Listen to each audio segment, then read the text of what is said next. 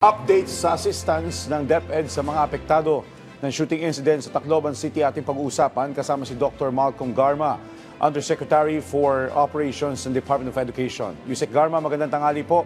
Welcome po sa Bagong Pilipinas ngayon. Magandang tanghali, Joshua. Magandang tanghali sa inyong mga taga-subaybay. Yusek, ano po ang mga ipinaabot na nating tulong at suporta ng DepEd sa mga apektado ng insidente ng pamamaril dito sa may paaralan sa Tacloban City? Nung Lunes, Joshua, right after we learned of the report on the shooting incident in Tacloban City, so kagyat pinapunta kami ni Secretary Sani, kasama ko isang Assistant Secretary plus our team from the Central Office to assess the situation in Tacloban City. Kasama na rin noon yung nagpaabot na rin tayo immediately ng ating financial assistance doon sa mga nasa ospital. At the following day, sumunod si Sec Sani, we had a briefing kung ano na yung current and updated status and situation together with PNP, DSWD, and Department of Health. Ang pinaka-importanting priority natin, Joshua, doon is really to provide yung psychosocial first aid natin doon sa mga biktima, at the same time yung mga teachers natin na naka-witness ng pangyayari at yung mga bata doon sa eskwelahan. At with this, tumutulong sa atin ng DSWD at ang Department of Health kasama yung mga private sector organizations to really make sure na malapatan natin ng tamang psychosocial first aid yung ating mga apektado at mga biktima nitong pangyayari na ito. Yusek, may tanong po mula sa ating kasamahan sa PTV na si Clazel Pardilla. Ano daw po ang detalye sa school-level review sa pagpapatupad ng guidelines on ensuring a safe and motivating learning environment? Yes. So, immediately after, the day after, nagpalabas na tayo kaagad ng reiteration kasi ayaw natin na baka mamaya may overspill yung insidente, may manggaya or whatever. So, we immediately made a reiteration of that policy issuance natin, yung DepEd Order number 6. And at the same time ngayon, we are currently doing an inventory of all security measures being undertaken by all of our schools in the country. So kasama na po dyan, malaman namin ilan na ba yung mga schools natin na talagang merong regular na provision ng security guards manning the gates or roving around. Yung CCTVs natin, tinitingnan namin ilang school ba ang meron na at may kakayanan o walang kakayanan maglagay ng CCTV. At ngayon, tinitingnan rin namin kung may ilang schools na ba yung merong provision for metal detectors. So ito po yung mga ginagawa na nating pagpapalakas pang lalo ng ating mga security measures. And also to mention po, Joshua and Yusek, na with the help of the PNP, we're also intensifying police visibility in the nearby communities where our schools are. Kasi malaking deterrence po yung meron pong nakikitang police sa paligid ng ating mga eskwelahan. And the police also, the PNP are also helping our schools in terms of auditing, sort of auditing our schools and orienting at the same time our schools on how to heighten their security measures inside the schools. Yusek, nabanggit niyo po yung paghihigpit ng seguridad na isa po sa inyong tinitignan ngayon. May posibilidad po ba na i-require na ninyo na dagdagan po or lagyan ng limit o minimum po na yung number po ng mga security guards sa mga eskwelahan? Yung pong number of guards natin, depende rin ho sa laki ng eskwelahan at sa dami ng populasyon. So may mga schools po tayo na sobrang laki na hindi po enough yung isa lang. Usually po dalawa, nag-alternate po yan or by shifting.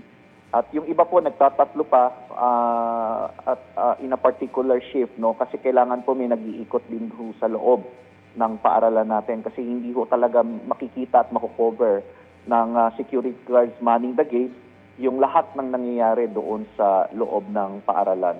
Yung mga maliliit po nating eskwelahan, karamihan po dyan, meron pong isang gwardiya na nagbabantay during the day at meron din pong isa during the night naman. Okay. Yusek, base po sa mga reports, nabanggit po na itong paaralan na pinangyarihan ng insidente ay wala daw pong bakod.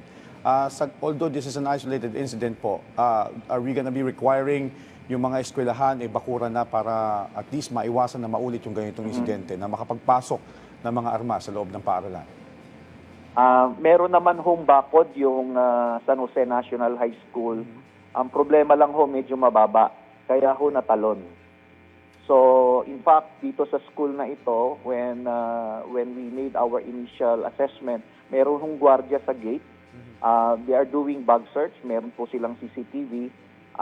Pero doon po dumaan sa bakod. Kaya dahil mababa po, nakatalon po itong dalawang young perpetrators natin. And yes, as much as possible, we'd like all our school campuses, no, yung mga school facilities natin na mabakuran nang sa ganon ma-minimize po natin yung breach in terms of security. Yusek, pakipaliwanag din po sa amin yun po nga sinabi ni Secretary Sonny Angara na bukod po sa bullying ay tinitignan din na bahagi ng isang mission ang pag-atake raw ng dalawang estudyante. Batay po yan doon sa naging assessment po sa atin ng PNP Region 8 na based on the conversations in the cell phones na nakuha po doon sa ating mga young perpetrators, may conversation po na ganon na pinagplanuhan po ng dalawang bata, no, yung pag-atake weeks before, no? I think months ago pa nga or months before pa, may pinag-uusapan na po silang ganito. So parang talagang hindi po ito random na naisip lang nila bigla, kundi talagang meron pong premeditated po yung pag-atake nila doon sa eskwelahan. Okay. Yusek, ano pa po ang hakbang ng DepEd para pumapalakas yung inyong aksyon o yung inyong mga ginagawa laban sa bullying at mga programa para suportahan ang mental health ng mga mag-aaral, gayon din ng mga guro? In place po at institutionalized, no, yung ating pong pagpapalakas ng intervention program natin that will address mental health issues among our learners, no. Well, very concrete po ang isang direction natin ngayon is to hire more guidance counselors, no. Bagamat may challenge po tayo ron sa hiring of full-fledged guidance counselor because of certain eligibility requirements, but in lieu of that, we will be hiring guidance counselor associates, no, who will be performing the same function as guidance counselor.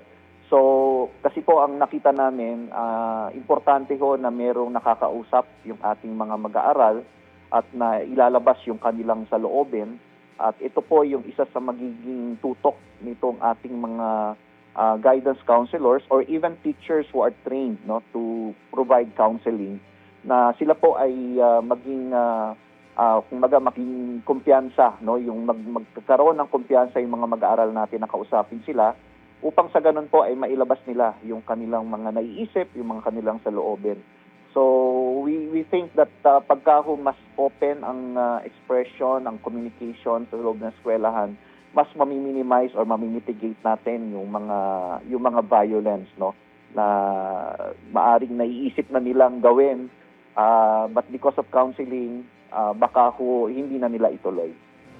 Yusek, tanong pa po mula kay Clazel Pardilla ng PTV. Kapag merong bullying case, ilang araw daw po dapat ma-actionan na ito? At ano ang direktiba kapag may nai-report? Ano po yan? Immediate po talaga.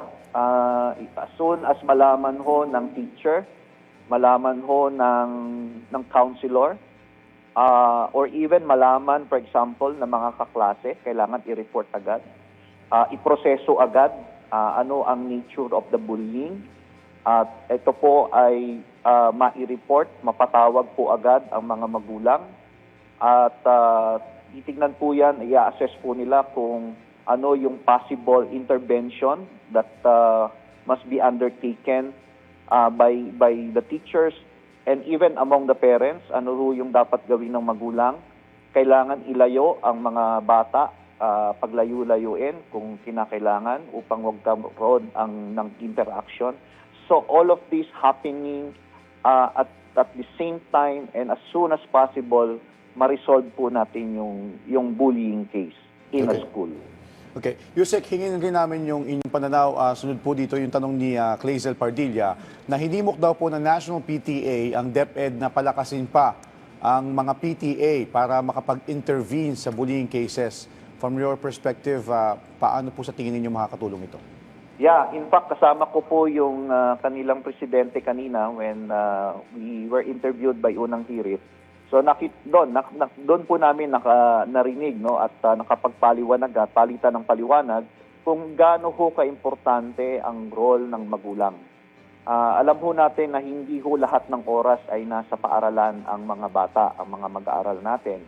Kaya importante talaga na sa bahay, sa tahanan, sa pamilya, sa gabay ng magulang ay nababantayan na po ang ating mga mag-aaral. At kami po ay suportado naman na palakasin ang ating pong PTA sa larangan po ng paggabay at makatulong sa paaralan ang ating mga PTA upang makatulong sa pagbibigay ng orientation, pagbibigay po ng guidance sa ibang magulang kung paano ho makakatulong ang magulang upang mapanatili ang disiplina ng ating mga mag-aaral. Okay. Now, Yusek, we understand na sensitibong proseso po yung para ma-overcome yung trauma mula dito sa insidente na ito at nasabi nyo nga po na tinutugunan nyo na ito sa psychosocial services and interventions. Pero paano po kaya ang gagawin ng kagawaran since naantala po yung klase? Paano po yung continuation ng klase? Yeah, doon po sa school, I think hanggang ngayon po ay suspendido pa yung mga klase because medyo may takot pa ho, no? Yung hindi lang ho yung mga bata, pati ho yung mga magulang ng mga bata and even among our teachers, no, may takot pa sila. So hinayaan muna natin na makarecover psychologically and emotionally yung ating pong mga teachers at mga estudyante. Pero tuloy-tuloy naman po yung learning because the school can revert to what they call as alternative delivery modality, no? Pwede hong mag-online muna kung kakayanin or gumamit ng mga tinatawag nating self-learning module. So priority po natin yung recovery and then to be followed by learning continuity. Yusek, mensahe o paalala nyo na lang po sa mga estudyante, maging sa mga magulang at mga guro. So una-una po maraming salamat sa inyo, no, sa programa po ninyo, sa pagbibigay po sa amin ng pagkakataon na makapagbahagi ng impormasyon at makapanawagan, no, na ito pong problema na ito is hindi lang ho ito usapin ng seguridad, but really usapin po ito ng paano natin palalakasin, no, ang values, ang disiplina, ang character building ng ating mga mag-aaral. At dito po hindi lang po eskwelahan ang merong responsibilidad dito, kundi ang buong lipunan, ang buong komunidad. At malaking bahagi po ng na bagay na yan ay ang ating mga pamilya, ang ating mga magulang. So kami po ay unang-una, we are doing all our best. The Department of Education is doing all it can. Our schools are doing right now heightening security measures to assure our public, to assure our parents, to assure our students na safe ang eskwelahan. At yung sa disiplina lang na Yusek at Joshua, we need the help of our community. We need the help of our stakeholders to be able to monitor our learners while they are outside of our schools. Alright, maraming salamat po sa inyong oras, Dr. Malcolm Garma, Undersecretary for Operations ng Department of Education.